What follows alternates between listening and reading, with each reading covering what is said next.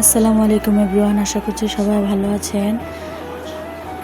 আজকে আমি বানাবো বাহিরের ফুচকাওয়ালা মামাদের মতন পারফেক্ট ফুচকা। রাতে ডাবলির ডালগুলো ভিজিয়ে রেখে দিয়েছি সারা রাতের জন্য। সকালে ডাবলিগুলো ধুয়ে পরিষ্কার করে নিয়েছি।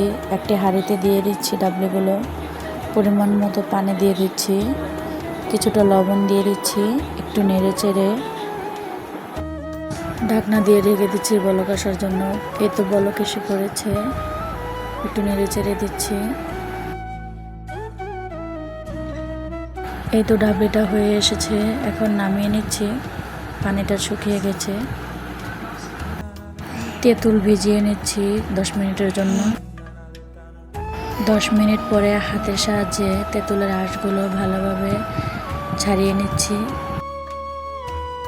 স্বাদ মতো লবণ দিয়ে দিচ্ছি, একটু বিট লবণ দিয়ে দিচ্ছি, একটু চিলি ফ্লেক্স দিয়ে দিচ্ছি, কিছুটা কাঁচামরিচ কুচি দিয়ে দিচ্ছি, একটি লেবুর রস দিয়ে দিচ্ছি। এখানে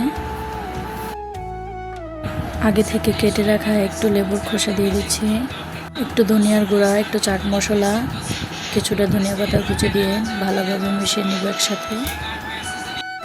1 চামচ চিনি দিয়ে আবার একটু ভালোভাবে নেড়েচেড়ে মিশিয়ে নেব। আগে থেকে 3টে আলু সিদ্ধ করে নিয়েছি, আলুগুলো এখন দিয়ে দিচ্ছি হাতের সাহায্যে মাখিয়ে। শসা কুচি, পেঁয়াজ কুচি, কাঁচামরিচ কুচি, পরিমাণ মতো ধনিয়া পাতা কুচি, চিলি ফ্লেক্স 1 চা চামচ, চাট মশলা 1 চা চামচ, ধনিয়ার গুঁড়া, পরিমাণ মতো লবণ দিয়ে দিচ্ছি, একটু বিট লবণ দিয়ে ভালোভাবে মাখিয়ে নিব। এই তো আমার মাখানো হয়ে গেছে। এই তো এখানে ফুচকা নিয়ে নিয়েছি।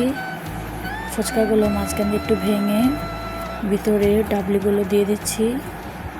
দেখতেই পাচ্ছেন কিভাবে দিয়ে দিচ্ছি। এই তো আমার সবগুলো ফুচকা রেডি হয়ে গেছে।